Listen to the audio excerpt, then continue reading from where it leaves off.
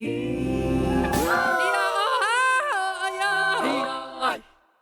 high-level official in Taiwan's ruling party has resigned after accusations she failed to act against sexual harassment. I'm at Innovex, the innovation section of Asia's largest computer expo, to see the most exciting ideas from startups. The world's oceans are poised to record their hottest May on record. How has that harmed people and wildlife? Plus, a theatre troupe is headed to Hungary to give locals a taste of Taiwan.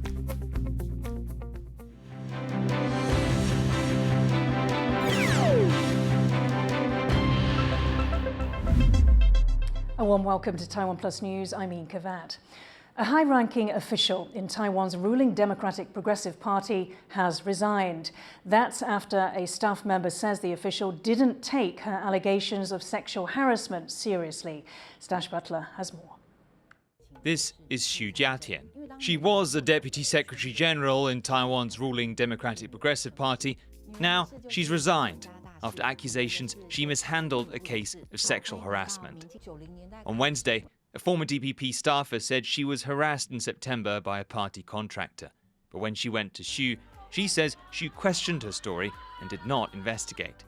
At the time, Xu was the party's head of women's affairs. 当性别平权女人身上的枷锁还没被解开的那一天，妇女部就会誓死捍卫在我们现在这个位置。 Now, Xu is facing an investigation of her own, while several female DPP politicians sent messages of support to the victim.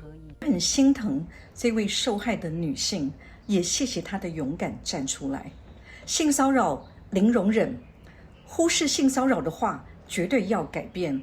But Taiwan's opposition Kuomintang, or KMT, is accusing the DPP's chair and presidential candidate Lai Ching-te of knowing about the case before Xu was promoted.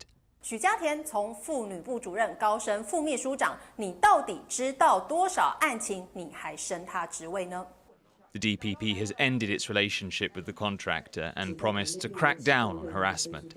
赖清德主席表示，对于任何涉及性骚扰的事件，党中央绝对采取零容忍的态度。 The case involving such a high-level party official is embarrassing for the DPP. And with an election just months away, the party's candidate and chair will face questions about how it's managed. James Lin, Sam Hui and Stash Butler for TaiwanPlus. The ruling Democratic Progressive Party, or DPP, has announced the party's Democratic Alliance initiative. It's aimed at fostering cooperation with other parties. The DPP is teaming up with smaller parties and independent politicians ahead of the 2024 general elections. But not everyone within the party is open to the idea. Enoch Wu, a DPP politician, criticised the initiative. He says the party is sacrificing younger DPP members in favour of bigger names outside the party. For more on the DPP's Democratic Alliance initiative, TaiwanPlus reporter Bing Wang spoke to Courtney Donovan Smith, a political commentator based in Taichung. Can you tell us more about Lai Ching-te's Democratic Alliance plan? They've chosen a largely young slate of candidates for these particularly tough districts. And fundamentally, I think what's going on here is two different things. One is some of the candidates, and this is the big controversial part, includes an ex-spokesperson for the New Power Party and an ex-member of the KMT, believe it or not. And but there's, I think, 3 independents, and they're not DPP party members, but the DPP is going to back them. So what I think they're trying to accomplish there with that is they think that there's a better chance that they'll win if they run these candidates there. And the reason for that is that there are certain districts and certain types of voter who just simply will never vote for a DPP candidate. And why are younger voters flocking away from the DPP, and where are they going? What's happened recently is that younger voters, by voters I mean under 40, have started abandoning the DPP in droves. They haven't been going to the KMT, they've been going to the Taiwan People's Party, the TPP. And so Lai is trying to reach out to voters under 40 Now, by picking these sunflower figures, I think that he's looking to win back voters from their late 20s to early 40s. The ones that have abandoned the DPP but voted for the DPP in the last two national election cycles. Those in their early 20s, I don't think this will help with them at all. They're too young to remember the Sunflower Movement. So how come some DPP members are against the Democratic Alliance? Well, okay, so some politicians, for example, most vocally Enoch Wu, who is the former head of the DPP's Taipei chapter, he came out and he was upset about the part where the party was backing the three independents. And he said that this was harmful for the future of the party. You should cross the river with the people in the same boat. In other words, the party should be running with party members and not backing independents so that you develop talent from within the party. And he says, and so Wu was suggesting that this takes away from the potential to develop more talent for the future.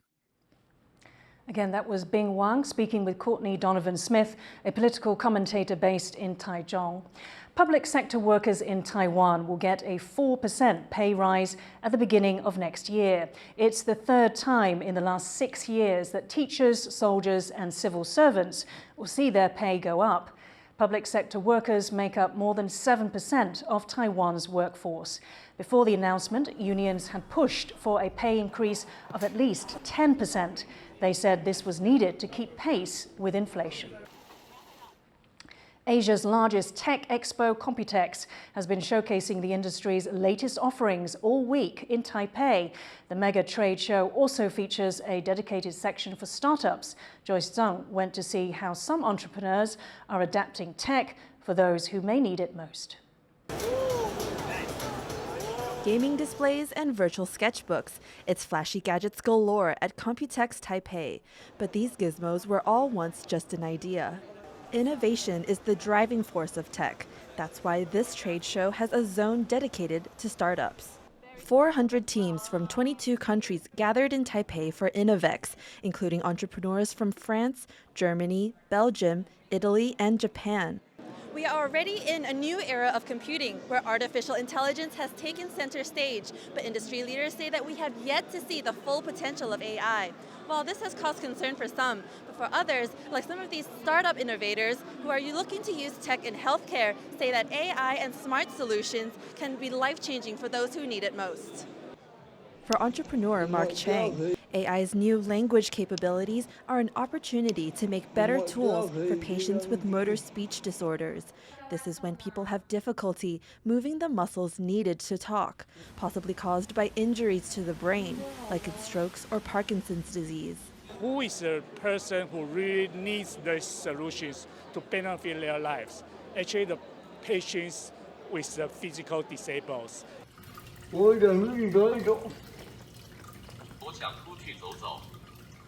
Chang has trained his AI device to recognize and help voice what those with motor speech disorders want to say. And this is just one example of how tech can improve someone's quality of life. In the case of South Korean Dr. Yoon Ho Kang, his innovation scraps needles as an everyday reality for people with diabetes. Instead, these devices can listen to blood sugar levels, accurately measuring it through ultrasound. A conventional approach cannot solve this problem, but as a startup, we can try something unconventional. This is something crazy way. Demand for these kinds of creative digital tools may just keep rising. The World Health Organization predicts that by 2030, 10 million more health workers are needed to maintain proper standards of care. But imagine if patients didn't need hospital staff for everything. That's what Jean Yang hopes to achieve through optical fibers. These flexible strands are no thicker than a piece of hair and can track your pulse, breathing, and a host of other baseline indicators. She's paired it with AI to automatically flag professional help when the numbers don't look right. This could mean anything from a vest, mat, or even a wheelchair could be fitted to wirelessly look out for you. But with such bold ideas, gaining trust becomes the biggest challenge. 别人没有这样做过，所以很多医生、专业人士不相信你，所以我们必须要做很多的临床、智慧健康、智慧医疗，每天都在 start up. As the AI hype machine makes bots and virtual beings the new face of tech, it's easy to overlook the human ones, the people who are using existing tech to make life easier for those most in need of support. Devin Tai and Joyce Zinn for TaiwanPlus. Taiwanese investors have lost close to $3.3 billion after the sudden collapse of an investment firm based overseas. Aya's Alliance Financial Group, based in Cyprus, announced bankruptcy on May 27th. 99% of its 13,000 investors were Taiwanese nationals, attracted by promises of 8% returns. They were told falsely that the group was approved by Taiwan's Financial Supervisory Commission. The investors are unable to recover any money as Taiwan lacks jurisdiction.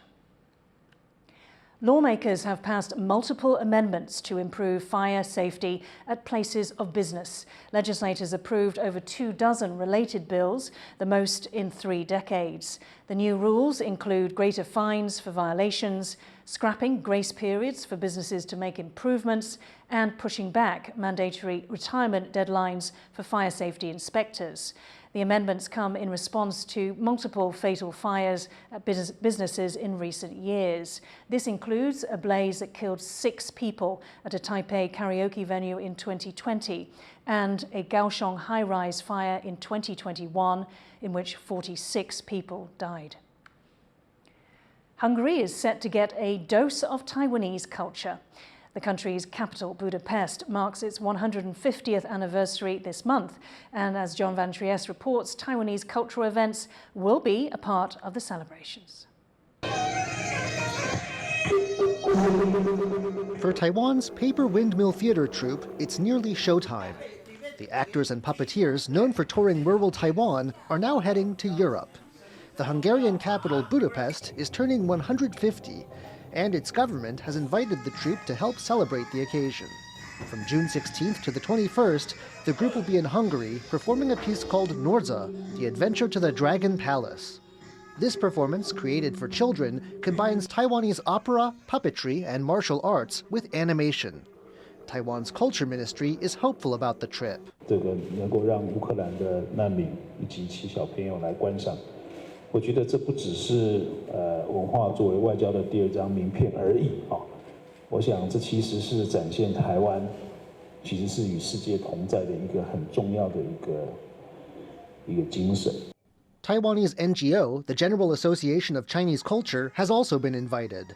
It says it hopes the performances will be emotionally moving for both local children and Ukrainian refugees who fled to Hungary amid the war in their country. 我们希望透过这样的一个方式，用文化来加深台兄之间的一个友情。我们要带着纸风车的温暖跟这个文化力量，去抚慰他们。我们希望说，再次看见乌克兰小朋友的笑容。Other events during the celebrations will include a festival of Taiwanese culture. The goal is to expand Taiwan's cultural footprint and bring a taste of its music and dance to audiences 9,000 kilometers away. Alex Chen and John Van Trieste for TaiwanPlus. Coming up, India prepares for a ruling that could make it the 2nd country in Asia to legalize same-sex marriage. More on that after the break.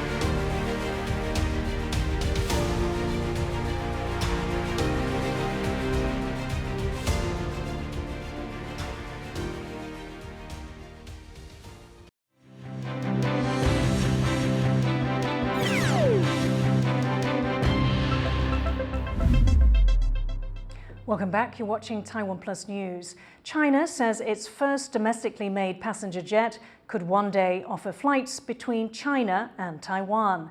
Passenger jet C919 completed its maiden commercial flight from Shanghai to Beijing on Sunday.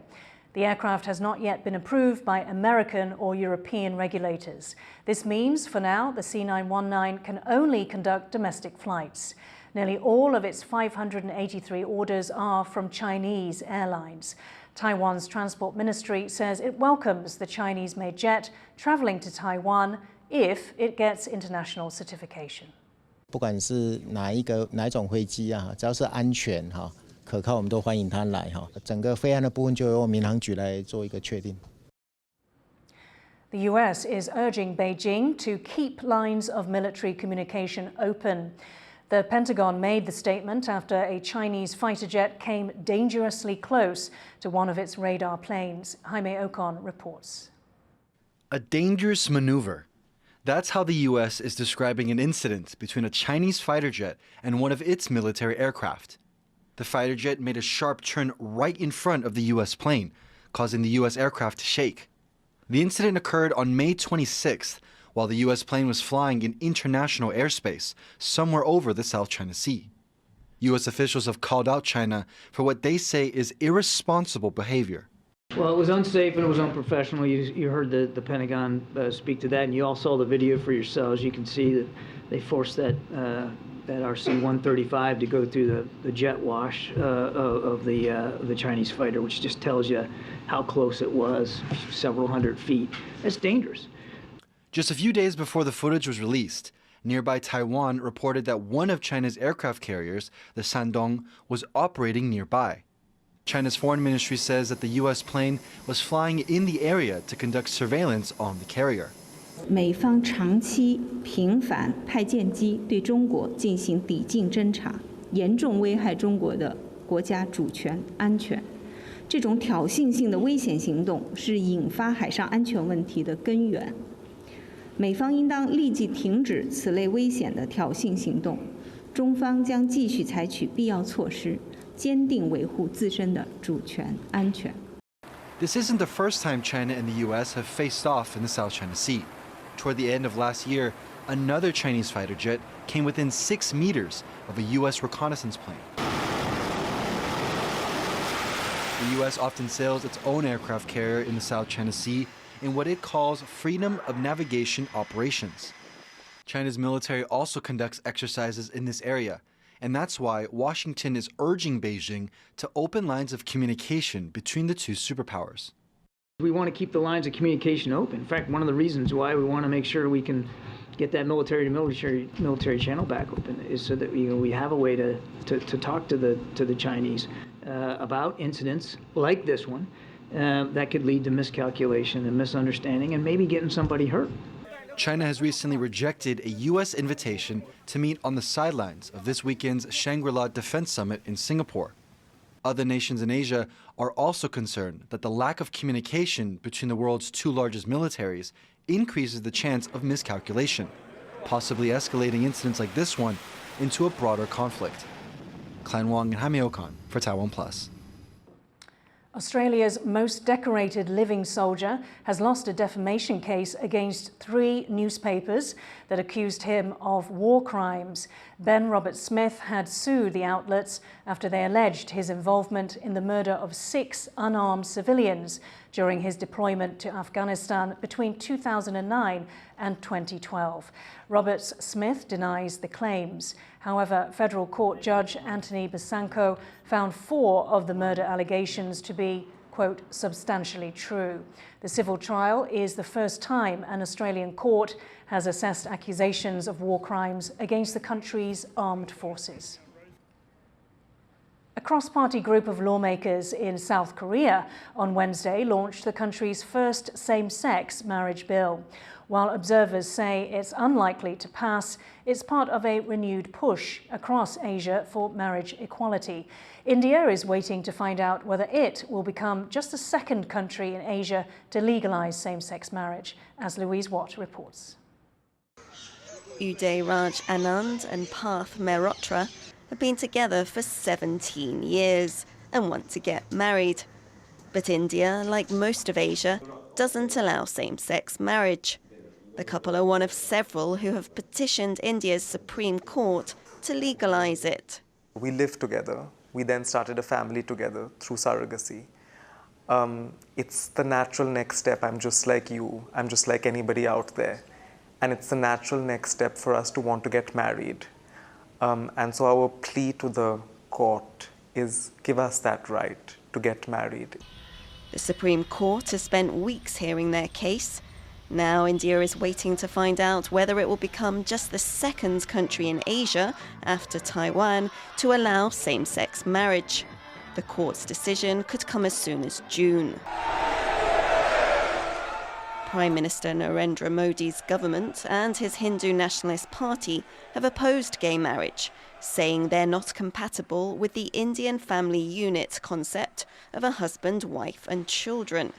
India only decriminalised sex between men in 2018. The Supreme Court was at the centre of that too. It struck down a colonial-era law. LGBTQ activists say the courts can act when Parliament turns a blind eye to rights violations against certain communities. So the Parliament can take their time to scrap a law, to amend a law, or to come up with a new one. But the courts do not have the luxury to do so. The constitutional courts have a mandate to defend constitutionally guaranteed rights of every citizen, no matter their identity and no matter how small that community might be. The litigants say they've brought the case so they can have the same kinds of rights as heterosexual couples. We want to have rights of inheritance over each other's estates. We want our children to enjoy those rights of inheritance over each other. What if one of us is in hospital and we need to visit the other one? Very often visitation is only for next of kin. Anand and Mehrotra remain hopeful the Supreme Court will rule in their favour, giving other same-sex couples legal recognition. Then, after almost 2 decades together, they can finally start planning their wedding. Alex Chen and Louise Watt for TaiwanPlus. The world's oceans are warmer this time of year than any other year on record. That's according to the latest data from the US Oceanic and Atmospheric Administration. They found the oceans are just over 0.2 degrees Celsius warmer than previously recorded for May. While the increase may not sound like much, scientists say the impacts of small temperature changes on biodiversity and humans are substantial. Oceans absorb 90% of the heat trapped by greenhouse gases. The cooling climate pattern known as La Niña ended in March. The burning of fossil fuels like coal, oil and gas is accelerating the climate crisis, causing more extreme weather. Sally Jensen spoke to Aziz Muller from Academia Sinica to find out more about how the record-breaking ocean heat is affecting people and wildlife. So the oceans are currently hotter for this time of year than any other year on record. So I want to ask, is this normal? So what we're kind of seeing in the ocean now is a very unprecedented kind of spike in global temperatures. But even without this spike, especially in the tropics, we've experienced marine heat waves over the past 2 or 3 years pretty regularly as well. So our ecology has already been damaged even before this spike, which is kind of important as well. So the last time ocean temperatures broke records was in 2016, when the Great Barrier Reef lost around 70% of its corals, which is sad. But what does that mean for people? If we imagine this happening in Taiwan, this is industries completely collapsing, people's lives and livelihoods. We're talking about millions of people around the world, billions of people, relying on coral reefs to provide them with a livelihood, but also seafood as well. And what effect would warming oceans have for Taiwan's coral reefs? 2020, we had a mass bleaching event occurring all around Taiwan, but mainly in the south. And this devastated reefs, but they were able to recover to some extent, showing the resilience of Taiwan's reefs. But it's the fear of recurrent disturbances that maybe they are just not kind of built or for that, specifically for heat-related tolerance. When it comes to typhoons, they've endured a lot over thousands of years. But when it comes to coral bleaching, it's a big fear for scientists, not only in Taiwan, but around Southeast Asia as well, where corals are not prepared for this. Do you think enough is being done to stop these effects? I would say most definitely not, both on a global scale and in terms of Taiwan. And most of the things that we are contributing to in terms of conservation, in terms of kind of fighting climate change, these are things which are social norms. These are things which we should be doing anyway. We should be conserving our biodiversity. We should be recycling. We shouldn't be using single-use plastic. But the big things, and which are challenging for sure, they will change our way of life. But in the long run, it will lead to a more prosperous society. That was Sally Jensen talking to Aziz Muller from Academia Sinica about the world's rapidly heating oceans. Thank you for watching TaiwanPlus News. Finally today, we leave you with images of 9 pygmy goats trotting in London Zoo in a fundraiser for wild animals. I'm Yin Khvat. Take care and see you next time.